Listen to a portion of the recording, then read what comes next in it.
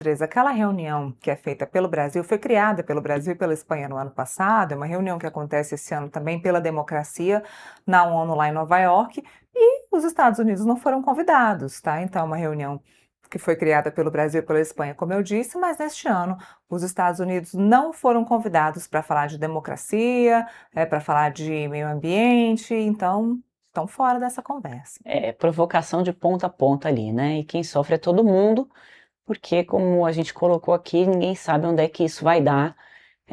E os Estados Unidos são muito mais poderosos do que a gente. Então, por mais que a gente tenha, né, na questão da economia, da produção de alimentos, né, das nossas exportações, sejam bastante importantes para os Estados Unidos, é o nosso segundo parceiro comercial, o primeiro parceiro comercial é a China, do ponto de vista do Brasil, mas do ponto de vista dos norte-americanos, nós somos muito importantes também, né, em vários produtos, o café, o suco de laranja, a carne, várias coisas, né? Eu acho que a gente tem o Sam, né? Vamos lá, vamos chamar nosso repórter Samuel Pancher, que está lá em Nova York, que está acompanhando a ida do presidente Lula na reunião Democracia Sempre, e que não convidou os Estados Unidos para essa reunião, que foi o que eu acabei de falar. Vamos ver. Sam, boa tarde, bem-vindo ao Contexto Metrópolis. Oi, oi, Neila, tudo bem? Obrigado, prazer falar com você, prazer falar com a Andresa também. Sam, conta pra gente aonde você está no momento, o que você já conseguiu ver, alguma manifestação contrária aí ao presidente Donald Trump, ou alguma manifestação contrária ao próprio Brasil? O que tem de agenda hoje ao presidente Lula? Conta pra gente. Então, Neila, a gente aqui foi meio que, não vou dizer pego de surpresa, porque inclusive a gente estava antecipando essa informação ontem de que viriam sanções contra o Brasil durante a estadia do presidente Lula por aqui. Isso não é uma coincidência, isso foi programado para acontecer. É uma forma aí mesmo de gerar um constrangimento, de maximizar a repercussão dessas sanções. O que eu tenho de novidade aqui é a justificativa do governo dos Estados Unidos para essas sanções de hoje da Lei Magnitsky, não do visto do AGU Jorge Messias. Então a justificativa é que esse Instituto Lex, que é presidido pela esposa de Alexandre de Moraes, né, a Viviane, ele atuaria como uma espécie de... Ele mascararia ali as propriedades de Alexandre de Moraes. Então o governo dos Estados Unidos dizem que, por exemplo, a residência de Alexandre de Moraes e outros imóveis estavam em nome dessa holding. Ou seja, o governo americano meio que rastreou os bens de Moraes e percebeu, na visão do governo americano, uma tentativa de se evadir dessas sanções, já que as principais propriedades dele não estão no nome de Alexandre de Moraes, estariam em nome dessa holding. Então, ela foi sancionada porque, segundo a Lei Magnitsky, quando você ajuda um sancionado a evitar as sanções, você próprio pode ser sancionado. É o que pode acontecer com bancos que mantenham as contas de Alexandre de Moraes ativas e têm negócios aqui com os Estados Unidos. Lembrando sempre que essa lei não afeta o Brasil especificamente, não existe jurisdição da Lei Magnitsky no Brasil. Porém, os Estados Unidos se reservam o direito de não ter relações comerciais com entidades, com pessoas e com bancos, por exemplo, que tenham relações com o sancionado. Então essa questão que às vezes fica um pouco confusa aí. Então os Estados Unidos estão dizendo, nós não queremos ter relação com a Lex Holding e com a esposa de Alexandre de Moraes, porque eles ajudam um sancionado, um violador de direitos humanos, segundo o governo norte-americano, a se evadir das consequências disso. Então é sobre isso essas inclusões na Lei Magnitsky de hoje. Essa é a justificativa do governo dos Estados Unidos. Aqui o presidente Lula não chegou ainda, ele está lá na residência do enviado, do representante do Brasil na ONU, onde ele está hospedado, ele não está no hotel. Ele está agora, inclusive, com um representante de TikTok. Essa reunião foi solicitada pela plataforma, então, essa agenda do Lula hoje.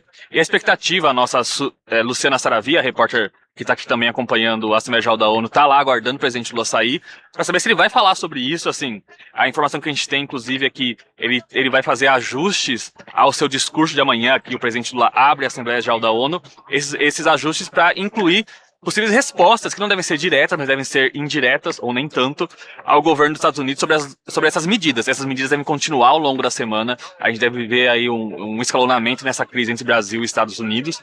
E a expectativa aqui agora é para a possível reação do presidente Lula e para alguma manifestação oficial de algum representante norte-americano. Eu estou olhando aqui, inclusive, porque essa é uma das entradas, essa entrada de visitante aqui da ONU. Chefe de Estado não entra por aqui, mas segundo escalão, secretários, outros tipos de enviados aqui à reunião podem passar por aqui, então é um ponto interessante para a gente observar e tentar conseguir alguma palavrinha.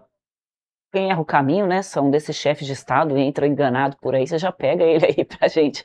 Ô Sam, o discurso do Lula já ia trazer uma defesa da soberania, certamente esse discurso vai ser mais apertado, né, mais fechado com relação a isso. O Lula vai levar um recado ali, a gente tem que observar como é que vai ser a reação norte-americana. Tem alguma possibilidade dos dois se esbarrarem por aí? Não tem nenhuma agenda marcada, mas como é que funciona? Então, Você eu vou que explicar um conhece pouco bem. como funciona essa questão. Eu estive aqui ano passado e, na ocasião, quem discursou foi o presidente Joe Biden, né?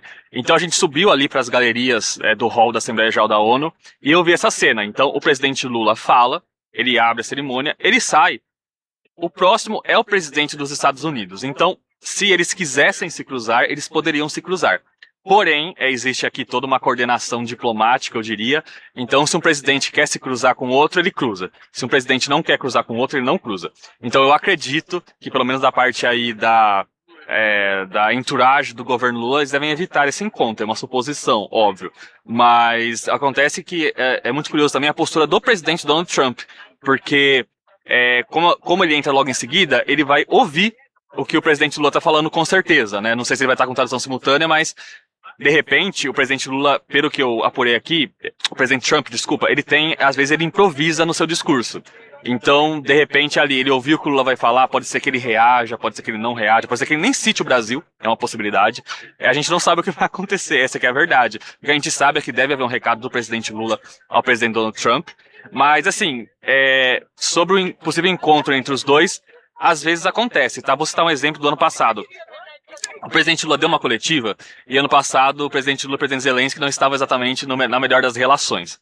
E ele deu uma coletiva, atrasou um pouco e ele saiu. E aqui, quando a gente entra no prédio da ONU, a gente é sempre escoltado. Então nós jornalistas estávamos aguardando num corredor para sermos escoltados para fora. E o Lula passou pela gente, deu 5 minutos, o Zelensky passou pela gente, totalmente inesperado, nos cumprimentou, falou com a gente ali rapidinho. Então, assim, eu acho que se evita encontros inesperados, mas pode acontecer. Eu mesmo vi um exemplo ali de um quase encontro entre dois presidentes que estavam meio ali rompidos naquele momento. Já pensou, o Trump vai ao banheiro e o Lula tá lá também, os dois se encontram ali, bom, tá todo mundo de olho nesse encontro, né? Esse evento pra gente aqui do ponto de vista do Brasil é saber se vai ter algum momento aí em que eles pelo menos vão se esbarrar e vai ser um encontro de milhões aí pra todo mundo acompanhar. Ô Sam, parece que o presidente Lula perdeu o cinto, é isso? Conta aí pra gente Vamos antecipar o Ministério da Fofoca aqui. Pois é, eu vi essa história de novo, eu já estava apurando essa questão das sanções para nossa colega Luciana, que está lá, teve essa situação, parece que o Lula não trouxe o cinto para Nova York, e aí a primeira-dama Janja teve que ir comprar um cinto, e agora fica a dúvida, né, como foi pago esse cinto, aonde foi comprado esse cinto, muitas questões, mas eu acho assim, curioso que eu acho que o presidente Lula não teria dificuldades em conseguir um cinto de emergência ali para conseguir participar aqui dos eventos, viu, Andressa? O importante é que a calça dele não vá cair, que ele coloque esse cinto de alguma forma, porque constrangimento a gente já está sofrendo aí muito desse bullying do Donald Trump aí todo dia, né? Sam, existia uma possibilidade e conversas de bastidores. Pois constrangimento, eu acho que tem alguns programados para cá. De novo, a gente sabe muito pouco do que de fato pode acontecer na Assembleia Geral da ONU. Opa, desculpa, Neila, perdi o seu retorno, mas agora estou te ouvindo. Não, eu só ia perguntar se existe mesmo a possibilidade do encontro entre Zelensky e o presidente Lula. Então, Neila, ontem teve o briefing com a delegação brasileira, né, com os representantes do governo brasileiro, o briefing com a imprensa. Eu perguntei isso e a resposta foi que eles confirmaram que o presidente Zelensky solicitou e estava em análise. Saiu a agenda do presidente Lula hoje, tem uma bilateral com o representante da Suécia, se eu não me engano, e com esse representante do TikTok. Não tem Zelensky ainda. Pode acontecer terça ou quarta. Talvez aconteça porque o presidente Lula esteve com o Putin recentemente naquela parada lá que teve, né, inclusive marcada pela presença aí de líderes antidemocráticos e o presidente Lula lá no meio, né, na Rússia com Vladimir Putin. E então talvez por uma questão ali de mostrar um recado que o presidente Lula estaria negociando pelas duas partes, enquanto Zelensky também. Mas a resposta ontem foi a mesma do que já havia sido publicado. O presidente Zelensky pediu, estava em análise, mas pelo menos nessa segunda não vai acontecer com certeza. Sam, nós estamos vendo também um momento importante aí no que você falou de TikTok, e o TikTok acabou literalmente abrindo as pernas para o governo Donald Trump, porque agora Donald Trump determinou que os representantes do TikTok nos Estados Unidos sejam representantes norte-americanos, ou seja, abriu-se um espaço dentro da empresa para que ela seja controlada pelos cidadãos norte-americanos, né? Exato, essa questão do TikTok é interessante porque ela vem desde o governo Biden, né? Não é uma iniciativa do governo Trump. O presidente Trump, ele foi eleito falando que ia resolver essa questão. Então ele foi dando sucessivas ordens executivas que seriam como uns despachos no Brasil, né? Seriam como medidas provisórias, vai? Que o presidente assina e tá valendo, né? Para estender o prazo dado para o TikTok, que é a ByteDance, a empresa responsável, né? Ter um controle americano. Ele foi estendendo, foi tendo contatos com o governo chinês. Ele, inclusive, conversou sobre isso com Xi Jinping. Então, olha só, vocês que fazem bastante análise política, Janja não está sozinho em falar com Xi Jinping sobre TikTok. Agora, o presidente Trump falou com Xi Jinping sobre TikTok também. E aí ele disse que arrumou uma solução. Essa solução que enfim, a empresa cedeu. Para ser bem honesto, acho que esse é o melhor termo para descrever o que aconteceu. E agora vai ter esse controle norte-americano, que é uma questão assim também polêmica.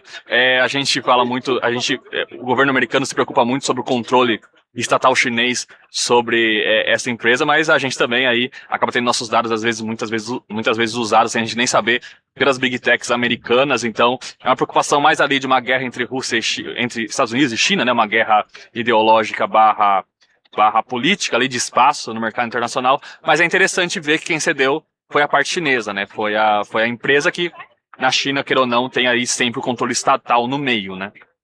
Até porque se o governo chinês, para o governo norte-americano também foi um alívio, né? Porque se o TikTok sai dos Estados Unidos, imagina o que ia acontecer de uma revolta aí, né, do público que usa, é um público bastante grande, né? A gente revolta tem visto, da geração Z. a gente tem visto isso, né, nos locais em que as redes sociais são retiradas, né? Inclusive, o próprio Donald Trump falou isso. Ele falou que ele foi eleito muito pelo TikTok. O Donald Trump teve uma votação expressiva entre os mais jovens, pessoas que geralmente nem saem para votar, quando saem para votar se identificam com os democratas, né, que é um partido mais liberal. Só que nesse caso ele teve uma votação expressiva, porque assim, na época da campanha eu lembro que assim, os virais do Donald Trump rendiam muito. Então, por exemplo, ele fazia dancinha lá do YMCA no palco, aquilo viralizava assim, tinha vídeo no TikTok com dezenas de milhões de curtidas. Então a gente tá falando a nível mundial, óbvio, mas era um pleito quase que pessoal do Donald Trump ali, manter uma plataforma que ajudou ele a se eleger e ajuda ele no mandato. É um mandato comparado com o do presidente Joe Biden, muito mais digital, né? A gente às vezes fica sabendo, a gente soube de certas manifestações do presidente Donald Trump pela Truth Social, que é a rede social do Trump. Então, eles consideram muito essa questão digital e qualquer analista que for falar sobre redes sociais não tem como menosprezar o papel do TikTok, principalmente entre os mais jovens, que aí são o mercado futuro, aí, tanto em termos de comércio quanto em termos eleitorais também, né? Muito bem, a gente continua acompanhando e, por favor, qualquer novidade, nos chame ou chame agora o Ministério da Fofoca, o próximo programa, mas estamos aqui, chama o canal do YouTube para contar o que vem acontecendo. Obrigada, Sandra. Você levou o cinto, Sam? Tá tudo ou direitinho, né? qualquer breaking news até lá. Eu trouxe cinto, trouxe terno, não tô usando, mas vou usar amanhã. E entre contexto Ministério da Fofoca, se tiver algum breaking news, a gente tá aqui também, porque hoje o dia vai ser focado em Brasil e Estados Unidos. Não vai ter jeito não, viu? Um abraço, gente. Tchau, tchau. Obrigada, tchau, tchau. Vamos falar de novo sobre